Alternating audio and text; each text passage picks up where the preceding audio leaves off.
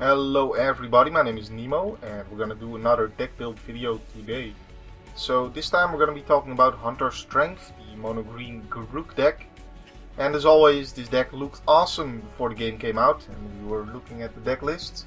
And it turned out to be not that great, but I've turned it into a somewhat competitive pile nonetheless. So let's take a look at what I've got in the deck. So what I'm going for is basically early kills. I know there are some big guys at the top end of the curve that you could be running, and I decided not to go that route. For ramping, there's only the 4 Nature's Lores, and I consider that just not good enough to reliably be able to drop your bombs fast enough that they actually matter. And plus, this deck isn't like Chant of the Moldaya, where you have stuff like Tangle that can save you early on, and there's not a lot you can do about flyers with this deck. So I just, as much as I like rampaging Balefs and stuff like that, I just don't think this is the right deck for it. There's just not enough good ramp, not enough good solid ways of bringing them out. And while you can get 1 or 2 really awesome games, if you do play it like that, I like consistency and I like to win as much as possible. So I don't build my deck like that. So, having said that, let's take a look at the deck itself. I'm running 24 lands here. I consider that a pretty normal number.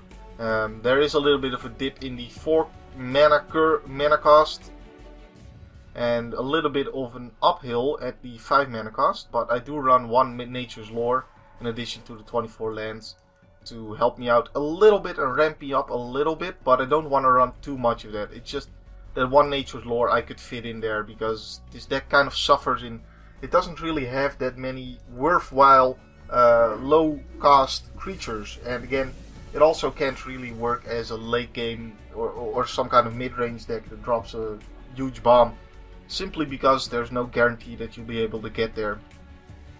So it is in a very weird spot where it has a bit of both in the deck, but not enough of either of them to really make either of it consistent. But at least this does well for me. I'm only running 20 creatures, but oh well. We're running Rancor, of course, because Rancor is awesome, and I don't see a reason not to run it. It's just amazing and gets you some early damage in there, and that's basically what I'm trying to do with this deck, is try and erase the opponent, and I have some pretty powerful plays to do that later on, as you'll see. We've got Green Sun Zenith. Most often, the card that Green Sun Zenith gets is Predator Ooze, because Predator Ooze is pretty awesome, but we'll get to him. But yeah, it's a great card, and unfortunately there's only 1 of them in the deck. We've got Prey Upon, only 3 of them. I could add in the 4th Prey Upon and take out the Nature's Lore. I just think that this is pretty good like this. I don't want to be trading with my creatures too often because, like I already mentioned, I don't have that many creatures to be trading with, and I want to be putting auras on my creatures or doing a lot of damage out of nowhere with my creatures. So I don't want to be trading too much. But sometimes you need to deal with something, and Prey Upon can do that. So the cards I'm not running, of course, the 4th Prey Upon. We're also not running Savage Summoning. It's a pretty awful card. It doesn't draw you a card, so it's basically a loss of a card. Plus, you have to spend 1 mana to use this, so you have to spend 1 extra mana to cast your card, and I don't think that's worth it to give a dude Flash and a +1/+1 counter. Because I want to be playing my guys on curve. I want to be able to drop my dudes as fast as possible, and this just if I have to wait 1 more turn to be able to drop my dude just to give it Flash and maybe have it be a combat trick. Again, I don't even want to be trading that much, so I don't really like the combat trick aspect of the card. And the fact that it can't be countered is only relevant against some decks. So while it is pretty good against those decks, I don't consider it worth running. We've got a Revive here. I don't think this is worth it. I mean, most often I'm gonna be wanting to get back a creature, but I mean, I just would rather be able to have drawn a creature than, draw this instead of a creature and not have it be able to do pretty much anything. So, we've got Fauna Shaman. It can tutor whatever creature you want, so it's pretty awesome. But it's also a 2-drop, and it's actually a worthwhile 2-drop at that. So, It has to be in the deck just solely for that reason alone already. We've got the Colonian Tusker, a 3/3 for 2 mana. It's pretty awesome. We've got Garruk's Companion, a 3/2 with Trample for 2 mana. Also pretty awesome. So you basically want to run all of these early dudes that you can run. And the one Nature's Lore, we are not running 3 of the other Nature's Lores. There's not really room for them. We've got the Eternal Witness. It can bring back another dude and be a dude itself. So that's pretty useful. Considering we don't have a lot of dudes to be playing around with. We've got Leatherback Baloth for a free cast guy. He is pretty mighty big. 4/5 for 3 mana is good.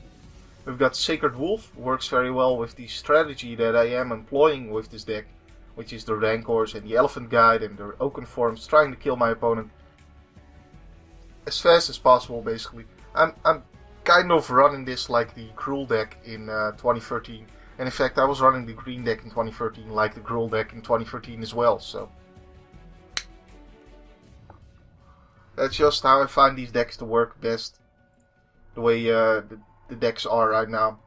So we've got Elephant Guide, +3/+3, when it dies, put a free green elephant creature token onto the battlefield. Of course, if they kill it in response, or they exile it, then you don't get a lot out of it. But hey, you gotta play with what you have, and this does help you kill the opponent faster. So hopefully they tap out and you can play this and at least get to deal the 3 extra damage before they deal with it. We've got Oaken Form here, not as good as Elephant Guide, but hey, that's what we get, so that's what I'm playing. We've got Pulse of the Tangle. It puts a 3/3 green beast on the board for 3 mana. That's not amazing, but it is a dude and you can play it. And sometimes you get some more benefit out of it if the opponent has more creatures on the board than you do. And that's basically what you need. You need more dudes. You need to... that's what this deck is really missing, is getting some more dudes out there. So they're actually worthwhile playing. Gloom Widow, I don't like this card because if you just look at the flyers that are in the game, a lot of them have more than 3 toughness. So this doesn't really block and trade well with them. And it can block ground creatures, so I don't really like it for that reason. And of course, it's way worse than Colonian Tusker, which is a 3/3 for 2 mana. And at least with Pulse of the Tangle, you can get some additional benefit out of it. This guy just doesn't block a whole lot of stuff. Staff of the Wild Magus, Mages, I don't know. No. We've got Beastmaster Ascension, but again, the main problem with this deck is not drawing a lot of dudes, so you're probably not gonna get a lot of quest counters on this card. I don't like this card in general though, and in pretty much any deck that it's been in so far, I have not been running it. So we've got Brawn, a 4-cost 3/3 with Trample, and if it's in the graveyard and you control a forest, which is pretty much always, creatures you control have Trample. Now, the Trample is nice on my dudes, but this guy himself is just a 3/3 for 4 mana, and I have to have it die before it does anything, and I just don't really like it that much. We've got Bramble Crush. You can totally screw somebody over by destroying their lands, but it's not a consistent strategy. It's really annoying when it's used against me, but I don't like running cards that aren't that consistent. So I don't like running this, and it doesn't work into my strategy, which is trying to kill them as fast as possible. If I add this, it's because I'm not adding a creature instead, or I'm not adding an aura that makes my creatures deal more damage. So I don't like it. We've got Hunt the Weak, and I'm running the Prey Upons because those are cheap to cast. This just cuts into my mana curve too much. While it does put a +1/+1 counter on my dude, and that may mean that it gets to survive after dealing its combat damage, and it's pretty awesome with Predator Ooze. I just don't like it that much. I don't want to be trading with my dudes if I don't absolutely have to. And yes, there are situations where you don't have to trade with your dudes, and then it's pretty awesome, but I don't know. If they kill your guy in response, it's pretty weak as well. So I'm not a huge fan of that card. We've got Master of the Wild Hunt. This guy is simply amazing. He keeps on putting more dudes on the battlefield, and you can start taking out your opponent's creatures with his stab ability. Quite nice. Vanguard Firstborn, another worthwhile dude to be playing, a 4/2 for 4 mana. And when he attacks, put a +1/+1 counter on each attacking creature. That is quite nice. We've got Cudgel Troll. This guy can regenerate himself, so he's also a good target for your auras. And the same goes with the Sacred Wolf. So we've got some safe guys to play my auras on, which is quite nice.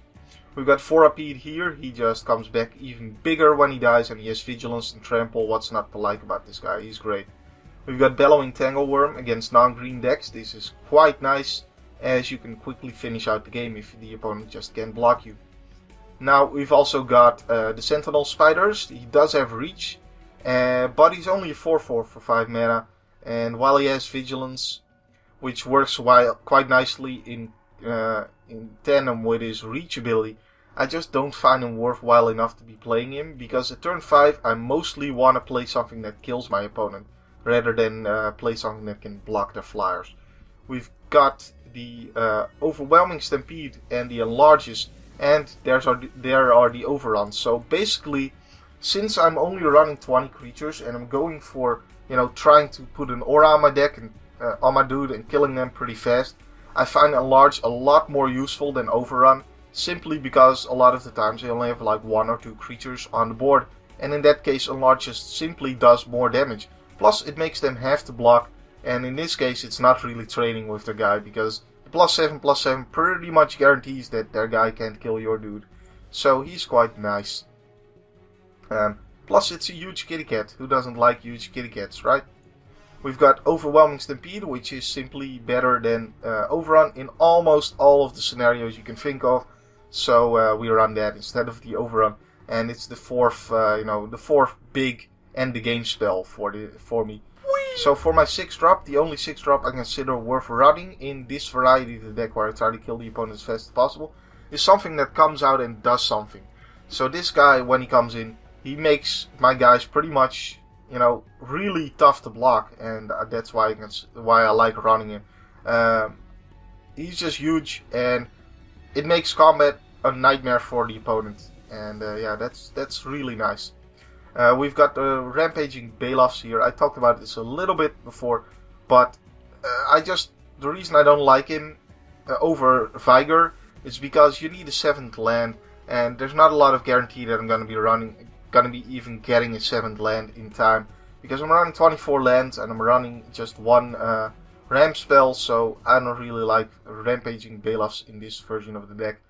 And the version of the deck that does like running him is, I consider it a inferior version, because simply not enough ramp to make that consistently happen. Now, if Rampaging Bailiffs was Enchant of the Moldiah, that would be amazing, but unfortunately it's not. I just hate seeing it in this deck when it could have been Enchant of Moldiah. It's just like a slap in the face. I don't know why they did that. I guess because it would just be way too powerful, Enchant of the Moldiah. I guess. Primal Crux is gonna be a huge guy in the right situation, but in the right situation I'm probably killing them with Enlarge the turn before I play Primal Crux.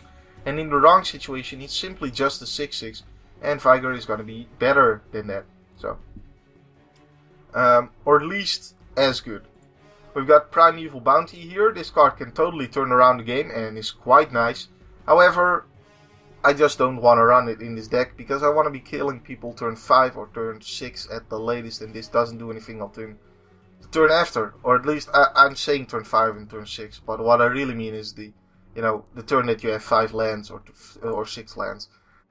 So we've got Garruk's Horde here, and at this point we just go into the 7 drops, and I don't even want to run them in this version of the deck, because I'm gonna try and kill my opponent with auras on my Hexproof dude or my Regenerate guy, or stuff like that. And there's no point in running 7 drops in a deck in a build like that. But this is a pretty nice one. I mean, it's a 7/7 Trampler, and he has some upside here. If he survives, you can start dropping more and more dudes, and that's pretty nice. We got Protean Hulk here. Protean Vitamin Hulk. We've got Vitamin Hulk here. 7 cost 6/6, and when he dies, search your library for any number of creature cards with a total converted mana cost of 6 or less, and put them onto the battlefield, then shuffle your library. He's amazing with Eternal Witness, obviously. I mean, you can get Eternal Witness and Predator Ooze with the card. And that's gonna be just simply great. And then when he dies again, you can get the other Eternal Witness. It's great. But it is a 7-cost guy, and I don't want to run it in this version of the deck. But hey, great card though. We've got a Regal Force here, now getting into just Crazy Town here, I guess. It's a 5/5 for 7 mana. The point is about this card, if you're gonna be playing this, then it's likely because the rest of your creatures have died. And you're just gonna draw one card out of him and put a 5/5 dude on the board for 7 mana. He's just the definition of overkill, basically. Because if you have enough dudes on the board that drawing cards is gonna matter, you could probably kill the opponent that turn. So yeah, Wormskin Forger is total garbage. Just don't run this card. End of story. We've got Craterhoof Behemoth here, which does actually work into my strategy quite well of trying to kill the opponent early, except that it's an 8-drop. But he's great. I mean, he basically does what he's Overwhelming Stampede on a stick. So, and he has haste. Nice. We've got Living Hive here. It has Trample. It's a 6/6, and when it deals combat damage to a player, put that many 1/1 green insect creature tokens onto the battlefield. It was in the previous game, I think, in the white green deck. It wasn't worth running there. It's not worth running here. I mean, it's just, you know, it's a Timmy card. That's all I can say about it. We got Terrastodon, works amazing. Enchant of the Moldaya doesn't work here because it's an 8-cost, and you're not gonna ever be guaranteed to be able to play 8-cost. We've got Biorhythm here. I'm not running a lot of creatures, so this is probably not gonna work out in my favor, even if I did consider running 8-drops. We've got Decree of Savagery here. It's an instant. It can put 4 +1/+1 counters on each creature I control, or it can cycle for 6 mana, which is a lot more useful. And when you cycle it, you can put 4 +1/+1 counters on target creature. So it's close. You could run this instead of Vigor, just for the cycle ability. It's also 6 mana and it does something when you play it. So, I mean, that would maybe be worth it, but I just think Vigor is a great card. So I like Vigor a little bit more. We've got Crush of Worms here, a 9-cost. So we're just going into Crazy Town here. There's never going to be a guarantee that you're going to be playing this. Even in a ramp variety of this deck, you just shouldn't be running this. There's no point. There's just no point. But it puts 3 6/6 green worm creature tokens onto the battlefield, which is kind of good, I guess. But for 9 mana, I would kind of want something more out of the card, I guess. But it has Flashback for 12 mana, which you're never going to be able to play. So that's basically the deck build. That was a very quick deck build video. I love it. So, I'm going to get some gameplay, and I could actually get some gameplay in the same video. Why not? We're still going to get a gameplay video afterwards as well, though. Alright, so we are in a game here. We've got a Prey Upon, a Eternal Witness, and an Enlarge. Not a huge fan of this just yet. But I may draw another dude that I can then use with Prey Upon and then get back with Eternal Witness, and I have an Enlarge. And yeah, it's a little borderline, but hopefully we get some good draws here. We're playing against Chant of the Moldaya, apparently, so I hope to be fast here. Yes, that is gonna help me a lot. Good draw indeed. I like having Sacred Wolf. So if he doesn't drop any early creatures, he may be forced to block with like a Primeval Titan. I mean, it would suck to have to let him block a Sacred Wolf with like a 1/1 or a 2/2 that just got him a land that already basically did its job. I'd much rather force him to block with something big. But nope, it's gonna be probably the 1/1, and that actually keeps my Sacred Wolf off his back for a turn, so that's slightly annoying. If you draw an Aura spell here, I'm quite happy. We did not. So we could attack and then Eternal Witness back my Sacred Wolf, but that is probably just a waste of cards.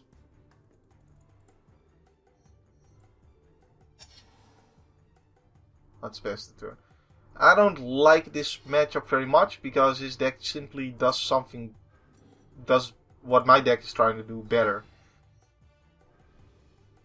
As long as he doesn't get mana screwed, it should be quite one-sided. And even more one-sided if I was playing this as a ramp deck. I mean, that would just be even worse for me. Okay. Nope. Okay. Well, that's a shame. Wish he did attack.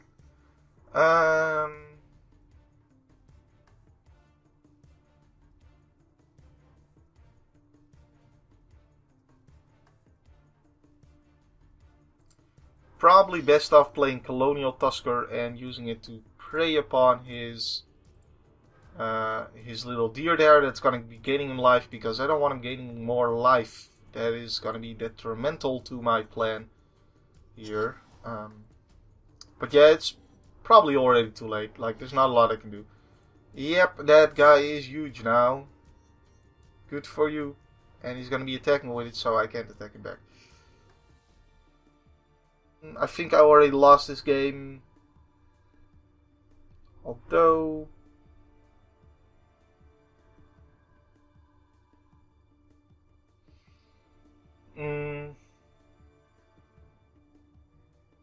I can only make it like a 10-10. That's just not big enough. Yeah.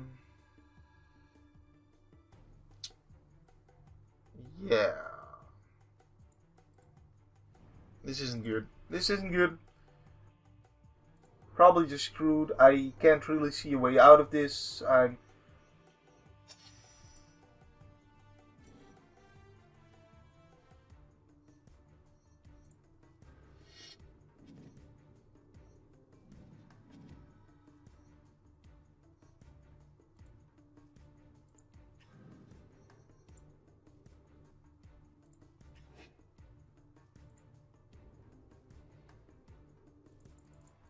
Well, maybe I should have traded the Sacred Wolf for his 1/1, guys. Maybe I should have.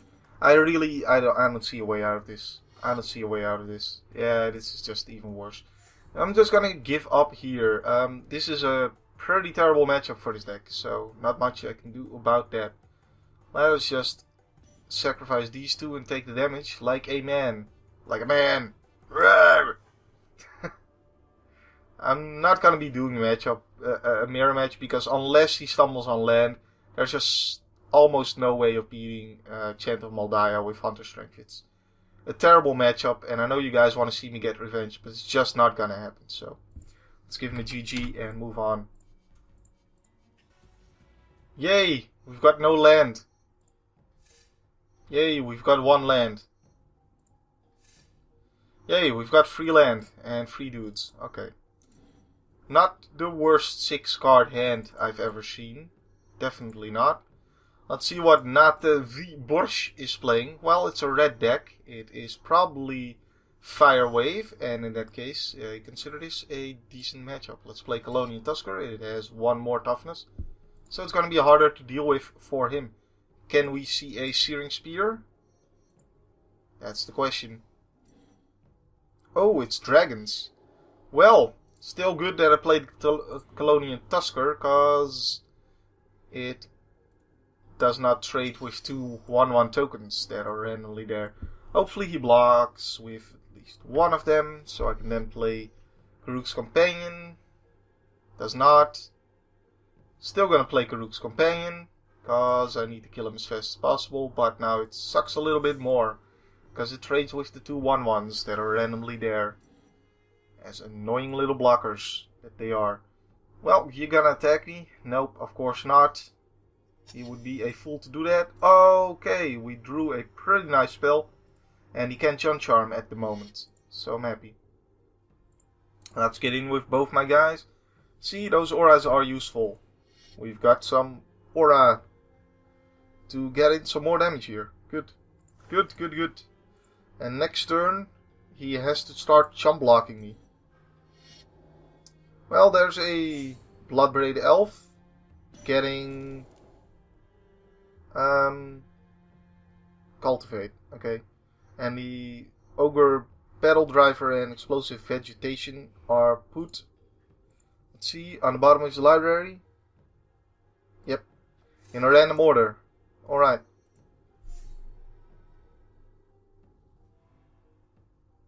I can just imagine people throwing dice in real life Magic at that point to put them in the bottom of the deck in a random order.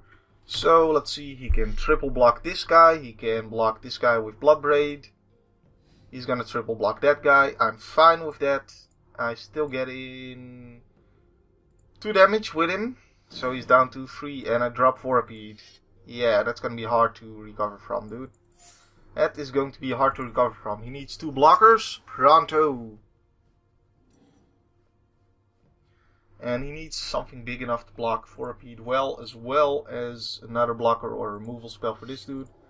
Does not have it, and that's the game. That's game. That's simply... No, wait. He gets a 1-1 on my upkeep. Ooh.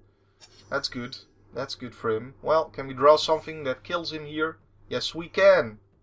Right? This is green. Is this guy green? Let's see. Red and green. Huh. Well, that doesn't actually kill him. Okay. Let's get in there, though. He can only block in one way, and this guy is gonna get bigger, and this guy's still gonna live. So it's not all bad. And there's no mass removal in his deck. Tangleworm comes out. And we're saying go.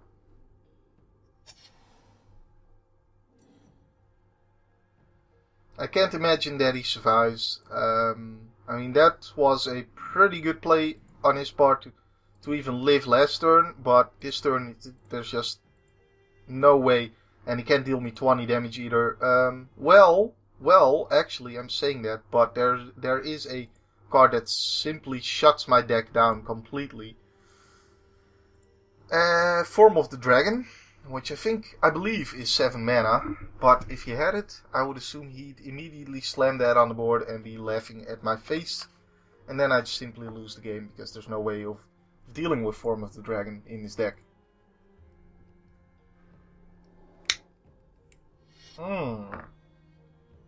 Really? Well, apparently there is a different card that does save him. That's pretty painful for me. Let's see the chat.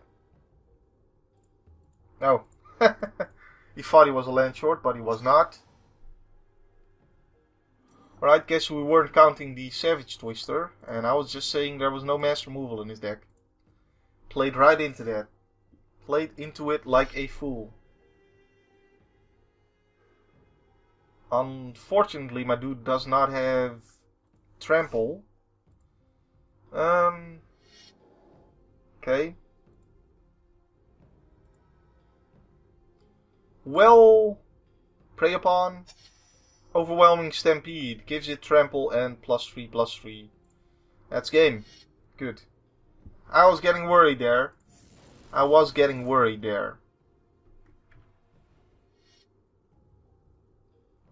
But the game is still finished. Well, that's, aside from Form of the Dragon, Savage Twister was basically the only card that saved him there. So I don't think I made a mistake in playing into the mass removal. I mean, yeah, I think that was the right play anyway, because that was the one card that punished me for it. So yeah, GG. Let's do a rematch in the next video. My name's been Nemo. My name will still be Nemo. Next time. See you then.